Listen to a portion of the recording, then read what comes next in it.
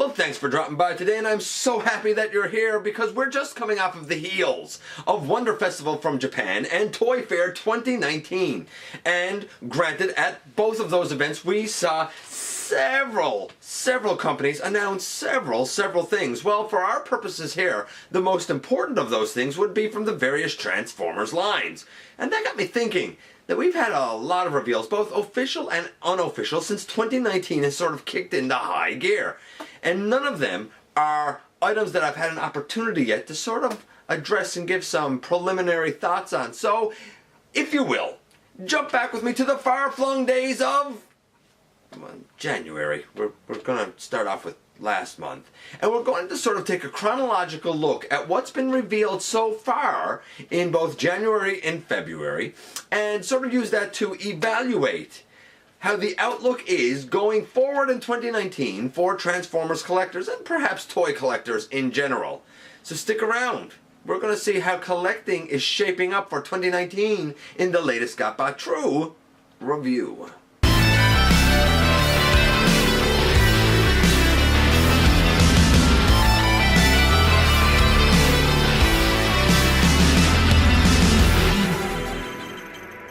Hey guys, welcome back to the channel. I'm your host, Dennis Moulton, aka GotBot. As always, please like, comment, share, and of course, subscribe. You know that helps me out tremendously, and it is beyond appreciated.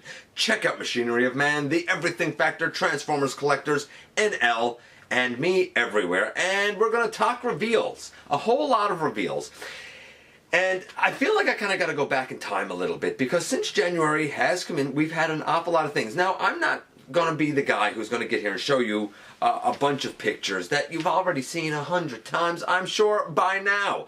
I wanted to wait until we had kind of all the reveals come out, till the dust settled, if you will, and I could sort of reflect rather than get caught up in the initial excitement to see where things are going from this point going forward through the year. So we go back to January, if you will indulge me slightly, because that's where this story began for reveals. Now let's get something straight before we begin here. There's a whole lot to cover. A whole lot to cover. So, we're actually going to divide this up into parts. And this is going to be part one, where we talk about only those reveals and rumors that we got in January. Part two will be early February. Part three will be Wonder Festival. Part 4 will be Toy Fair and thereafter. So, without any further ado, let's get on with the January reveals first. And I think what we started off with was actually very interesting. We had two from Japan. Both of them were EX labeled. One was a movie, The Best Bumblebee, based on the Age of Extinction Bumblebee, and I think it came with a new accessory, a blaster or something. Fine, if you like the mold, great. If you don't, you don't.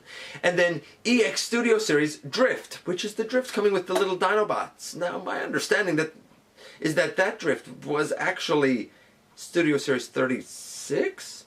So is he not Studio Series 36 in Japan, but Studio Series EX? I'm not really sure about that, or maybe it was a mislabeling early on. Nevertheless, that was the first two reveals of 2019.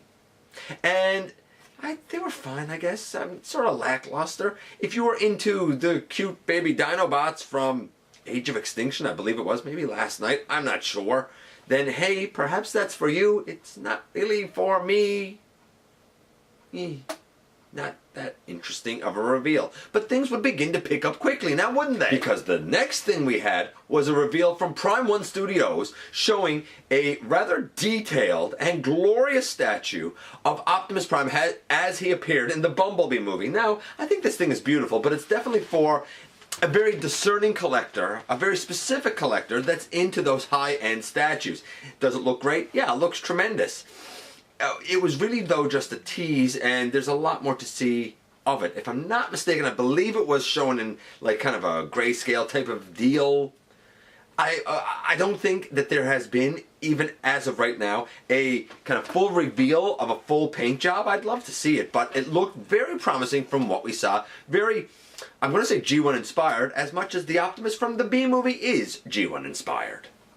The next thing we saw was the Big Convoy reissue from Beast Wars Neo. Now, I thought that this was really interesting. This is the, I guess, Optimus-looking Maximal leader that turns into the Woolly Mammoth, I believe it is. And I've seen a lot of listings for like Big Blue Convoy. I don't know why they would make him blue, but this was a more faithful recreation of, or re-release I should say, of that original toy. Now, I've never had him. I do remember seeing him on shelves. Actually, I feel like it was a Nemesis Prime version on shelves. I never got it. Like, I felt like all the panels on it made it very bulky and would really hurt the articulation, but I feel like I've learned since that no, the articulation is quite stellar at it, that he was the first figure to be, I guess, an incarnation of a Prime that had a matrix, and that it was actually a rather highly sought out figure. Now, I believe the price is a little bit steep for something that I recall as being about a Voyager size. Perhaps it's bigger. Perhaps it's bigger, to be fair. If you're in for it, then I can't really blame you. If you already have it, do you need to double dip for the reissue? No, I don't think. Am I tempted to get it? Yeah, very much so. But I do have a few other buying priorities first. How quickly will this reissue sell out? I don't know. As of right now, I know they're still around and still obtainable, so we'll see how it goes with time and whether or not I luck into finding the right deal. Right now, I do think he's a little overpriced for what he is, but I'm not going to pretend that I'm not impressed and drawn toward him. I certainly am. Now, I'm not as drawn to Takara's take on Repugnus and Grotesque. I have both of them from the Hasbro releases. Now, don't get me wrong, I think that it's a great two-pack, and it's one that everyone should probably consider getting if they didn't have the other versions. It's a great way to get the rather rare Grotesque, and in terms of side-by-side comparison of the Hasbro and the Takara versions of Repugnus, I think the only difference is that the Takara one, it tends to be more gloss of a finish, like on the monster head, and it's more of a matte finish on the Hasbro. Besides that, it's the exact same thing, I do believe. The Monster Bots are a great trio. Yes, it's a mold used 3 times, but I like that each of them made it their own. And I talked about that when I reviewed the 3 Monster Bots ever so many episodes ago. We also were given notice by KFC Toys of the release of Raijin and Grand Raijin, which is their take on Power Master Optimus Prime, or Super Ginrai. Ginrai? I never get that right. It looks like, and the like Apex armor, like God Ginrai, powered up version. It looks tremendous. I assume that it is intended to be MP scale. I don't know much more about it than that. I feel like we've seen renders. I don't think, and there's pre-orders up, but I don't think we've actually seen like a grayscale or like a physical prototype. It'll be interesting to see how that kind of comes together down the road. But I do have to say that Citizen Stack, a lot of people liked it, and it was done rather well and pretty impressive. If this can kind of be a nice follow-up from KFC for that, then it might be alright. But we all know that Keith's Fantasy Club has sometimes had a rather spotty history. Still, I gotta say, he has my attention. Has my attention. But then one of the biggest issues happened with January, and that being a rather large, I'll say rumor dump, so to speak, of what were presumed to be Wave 7 and Wave 8 of the Studio Series line. And there was an awful lot in there. Interestingly, some of it since has been proven to be correct, and some of it, well, we're still in limbo over. First, what was listed as a rumor for Wave 7? Well, the first was a version of Dino, which I think is the movie version of Mirage. I don't understand why that was done. But Dino. Now, that being said, I don't think we've had any confirmation as of yet of a Dino figure coming. But a new dropkick in his car form has been confirmed, and it looks good, though I feel like it's probably a reuse or at least shares engineering with the Bumblebee mold, and if that's the case, I don't want it because I don't like the Studio Series 1 or the Studio Series 18 or any of the Bumblebee molds. I'm not a fan of it. Not a fan of it. Though I'll say this, the clunker one having the pin through the roof section is a vast improvement. We've also had confirmation of a new drift, the helicopter one, which I like because the body of the robot still looks like drift, but the alt mode is obviously very true to his helicopter. What I do wish, though, is because we have a Studio Series car version of Drift and the Studio Series helicopter version of Drift, I wish that they were the same color. Like, either go with the black and red or go with the like black and blue. Choose one, man. Just choose one. But besides that, we also had the Constructicon Hightower confirmed, as weird looking as he is. Based on pricing, though, I think he might be a deluxe, though I thought initially I had heard that he was a Voyager. I guess we'll see how it plays out, but I actually think that he's a deluxe. Interesting. Also rumored to come from Wave 7 is a Sideways, which I don't think we've seen anything of yet. A B-movie version of Soundwave, which I would love to see, especially considering the Siege Soundwave coming out. And I don't think we've had any kind of confirmation of that as of yet. And Long Haul, which, let's be honest, we already know that we have the Constructicons coming. It's going to take a while to get them all, but they're coming. We haven't seen Long Haul yet, but I have no doubt that he is on the way. What about rumored Studio Series Wave 8 figures? Well, in that one we had AOE Bumblebee. Another Bumblebee, man. I don't need another Bumblebee. Rumors of a leader class Optimus Prime, which we're actually getting. Now, it's really strange. It's labeled as a leader class. I'm sure that's the price point it will come in at. But it's really Jetwing Optimus Prime. It's a reuse of the Studio Series 32, is my understanding. Basically, a reuse of Studio Series number 32, Voyager class Optimus Prime. But he's going to come with his trailer that turns into the accessory, like, what, weapons ring, I guess. And he'll, of course, be able to combine with Leader Class... Leader Class? Voyager Class? I think it's Leader Class Jetfire to still become Jetwing Optimus Prime. It's kind of the definitive, I think, Studio Series Optimus. He has his trailer, he's the truck, he combines, he has it all going for him, man. Everything. Except for the fact that he doesn't have that Bumblebee aesthetic that everyone has kind of fallen in love with now. The rumored leak also included apparently a Studio Series Hot Rod and a Hatchet. Hatchet, I assume, will be a reuse of that crankcase berserker crowbar mold somehow. It might work better for like a four-legged character like Hatchet, because it's just trash for the other three. Though they look nice in robot mode, I suppose. There's rumor, of course, of a Crosshairs. Maybe, I don't know. Crosshairs, interesting character. I don't think he's had very good figures for either The Last Knight or for the Age of Extinction line.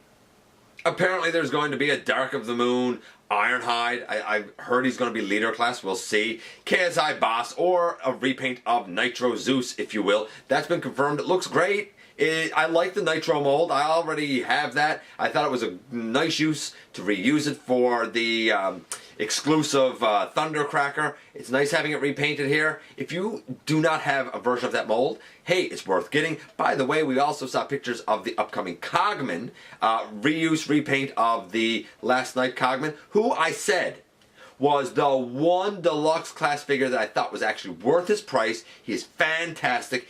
He was rare. Hopefully the Studio Series repaint will be better. Really, it's the exact same thing. It's a matter of, do you like the original paint job or the Studio Series paint job more? That's pure aesthetic choice, but the mold is absolutely solid. Apparently there's going to be an Age of Extinction Slug in the Studio Series line. I don't know, does anybody want another version of Slug? Like, he's still on shelves here at places. It's not selling, man. Give it up. It's not working. We've had rumors of The Fallen being done. I have that original Fallen figure. I don't like the spring-loaded feet on it. I could go for a new Fallen. I'd be down with that. I'm all right with that. You know, why not just give us a straight-up Megatronus Prime? Do it, man. Just do it. Fans want it. Or at least this fan wants it. And perhaps the weirdest reveal in that, or not reveal, I guess rumor in that leak is Protoform Soldier. I don't know what a Protoform Soldier is. Are they going to reuse the Protoform mold of some sort? make a new protoform mold? I don't know. I thought that was a really weird one that wasn't given a whole lot of detail, and I don't think we've heard anything about it since. And then January continued to roll on with the reveal of movie masterpiece Megatron from the first movie, who is decked out in gold and silver and has a very menacing face, and movie masterpiece, if you will pardon my mistake there, Jazz, who looks tremendous and can actually split in two, which is a little bit sad, but at the same time looks really cool and can be held by Megatron no less. I feel like if you get one of those, you need both of them just to recreate that scene. And I know, it plays to the whole idea of, hey, you can just recreate this one scene, but it was such an epic scene, man. You gotta do it. By the way, some people have said that they are troubled by the fact that Jazz comes apart, but others said that there is one of the, maybe Movie Masterpiece 3 Bumblebee, was it? Apparently he comes apart too? I don't know. I haven't seen him. I haven't had it in hand. Somebody can confirm that for me, but I've heard that he already comes apart. Maybe there's some sort of shared engineering there. Who knows? Well, actually, I guess those of you who have Bumblebee would know better than me. Moving on. We had a follow-up to all of that with the reveal of the Golden Lagoon Soundwave, which is basically a gold version of the Titan's Return Soundwave. And it matches with some releases that were made in Japan a while ago, that being MP10 in Golden Lagoon coloring format, whatever, as well as Perceptor and Beachcomber, I think, Sea Spray maybe. I feel like there was even one more. Starscream, perhaps? I don't know. Maybe. And now, if you want the Titan's Return Soundwave done in those gold colors, hey, congratulations. It looks good. Like, there's a lot of gold chrome. I wouldn't convert him too often because he'll both get covered in fingerprints and probably have the chrome flake. But it looks nice, nevertheless. And that brought us toward the end of January. But, wow, on January 31st, we had a huge kind of dump of information. A huge dump. And I thought it was almost an exciting day for kind of nothing really going on. The first came with sightings of G1 reissues for Gears, which I think everybody saw coming since we were given Swerve earlier. I kind of called that we were going to get Gears. And then as a bit of a surprise in Warpath. Both were solid G1 Minibot toys. If you're into the G1 Minibot toys, go for it. I even feel like they're pretty reasonably priced. We're getting, as also revealed on that date, reissues of the cassettes. If we're getting the cassettes, I think everybody knew that the Soundwave was soon to be like a following announcement. Like, we were getting the Rumble and Ravage, we were getting the Laserbeak and Frenzy.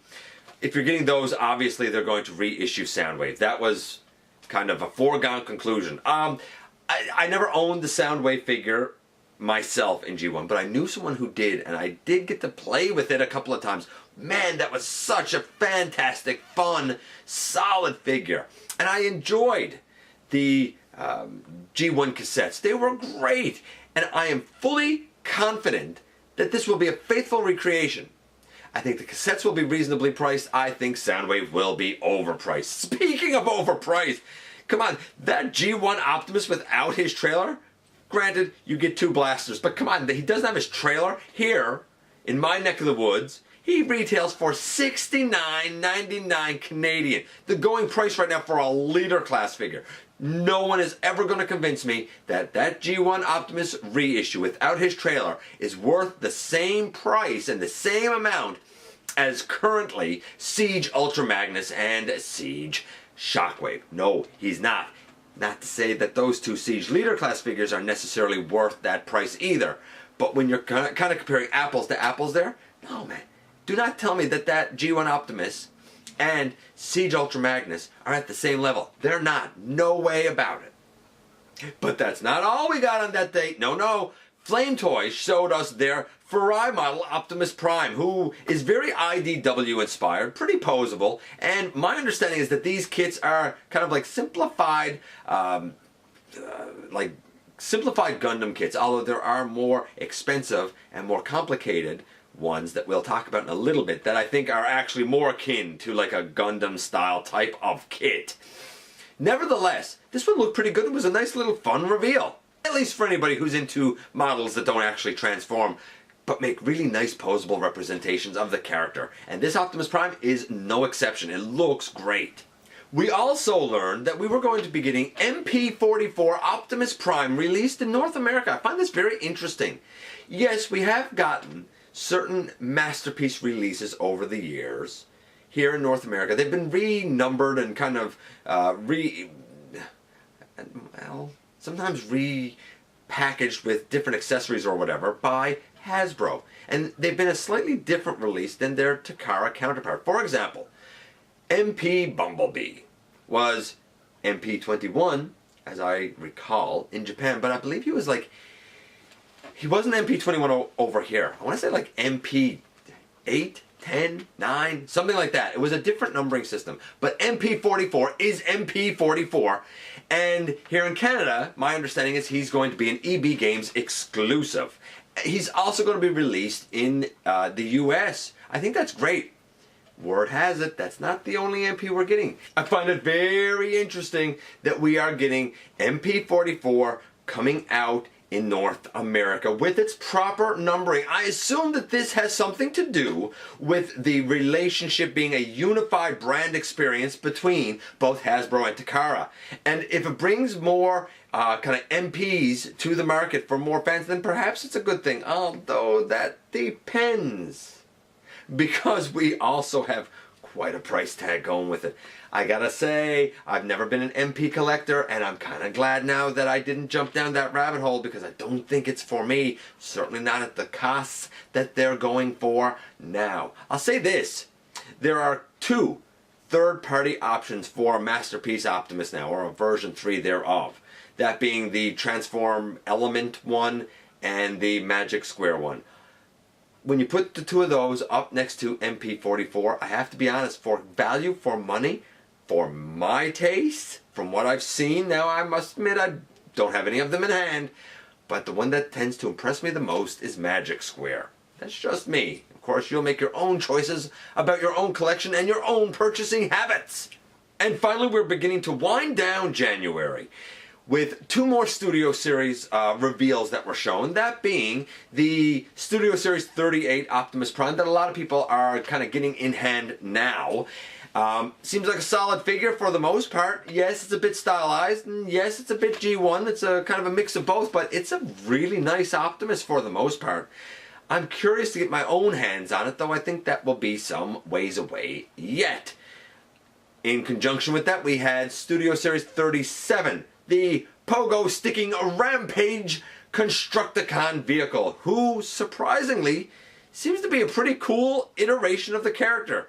The design is really weird anyway, and the articulation on this guy is pretty limited, but I like the fact that we're actually getting movie Constructicons that can be the robot, the vehicle, and the limb. I believe in this case Rampage is a lower leg, I think. I like the look of it. You're giving up a little bit of individual robot articulation, but the guy's a pogo stick. I mean, he was compromised to begin with. And then we found out that we were getting a bunch of tiny turbo changers based on the movie. Most notably, we have Topspin, Scorponok, Long Haul, Optimus Prime, RC, Megatron, Hound, KSI Sentry, Crankcase, Cliff Jumper, Steelbane, and Shadow Spark Megatron. Now, I'll say this. Apparently the Megatron is what he would have looked like, or at least potentially the rumor is, it's what he would have looked like if he had been in the Bumblebee movie like he was supposed to be. Kind of interesting take if you ask me. I'm not into the tiny turbo changers, but it's an interesting take nevertheless. And perhaps some of the biggest news to come in January, and I haven't heard anything on it yet, is Toy World's reveal of Dark Constructor, who is basically a purple and black repaint of their absolutely fantastic Constructor, their take on a Masterpiece style Devastator. Is the Dark Constructor going to be for everyone? No. And at the price tag he's likely to hold, I think it's going to be a very discerning collector who's going to want him. But I can't deny that what was shown looked absolutely fantastic. Black and purple always make an impressive color scheme, in my opinion, anyway. No, and I guess I'll note that apparently GotBots have something called Opening Surprise. It's supposed to be a large box. I guess of assorted GotBots, perhaps it's the whole Wave 1 collection, because we have had news since of a Wave 2 for GotBots. They're not for me, but they've been really catching on with a lot of people.